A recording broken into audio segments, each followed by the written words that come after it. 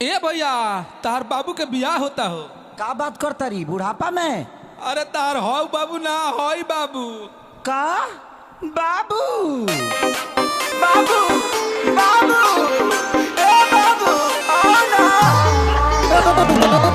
अरे ई त हमर मजनुआ हो। अरे भाग जो ना त तहरा के मुआ दिहे सोन।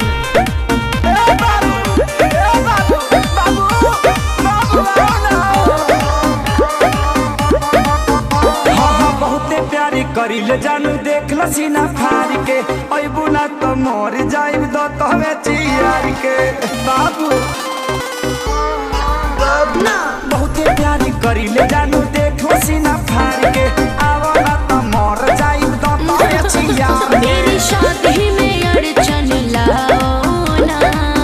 बाबू बाबू अरे का हो?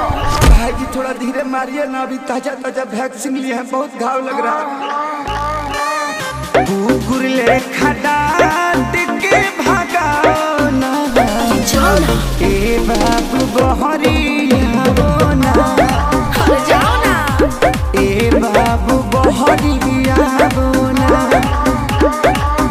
अरे साफे थुथुर हवा का। अरे जाना। अरे सब मार के मुआ दी है। अरे काहे नहीं खो समझत। अरे जाना।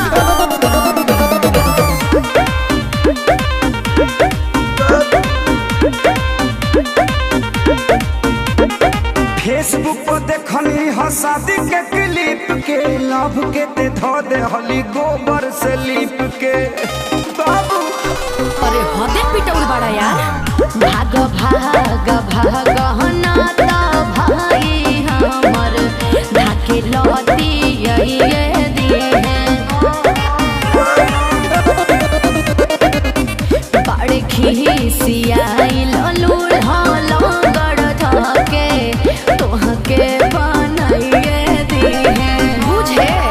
देखो माथा मेरा गरम होना।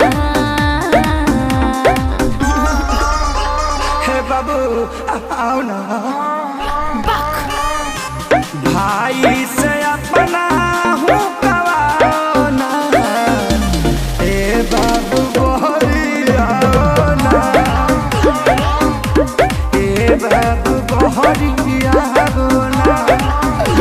साफे समझाओ तनी नो। अब की बार हाथ गोड़ कपार सब टूट जाई। अरे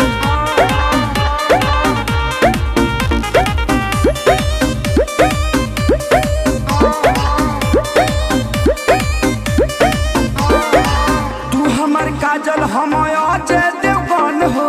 बानरिया सा दुल्हा कैसे कहिलू पसन हो। हमरे दूरी बन के मारत रस बाबू कमी कुछ नहीं खे बस तहनी मनी तोहरा से खरिया बड़े बड़े बेरोजगार ना विवेक सुना दुल्हा नो करिया बड़े। अब समझ में आई रखे सारे विशाल घर जाओ ना। अरे जाओ। आओ ना आओ ना। ए बाबू आओ ना। भाई से अपना हूँ कवाओ ना। जाना।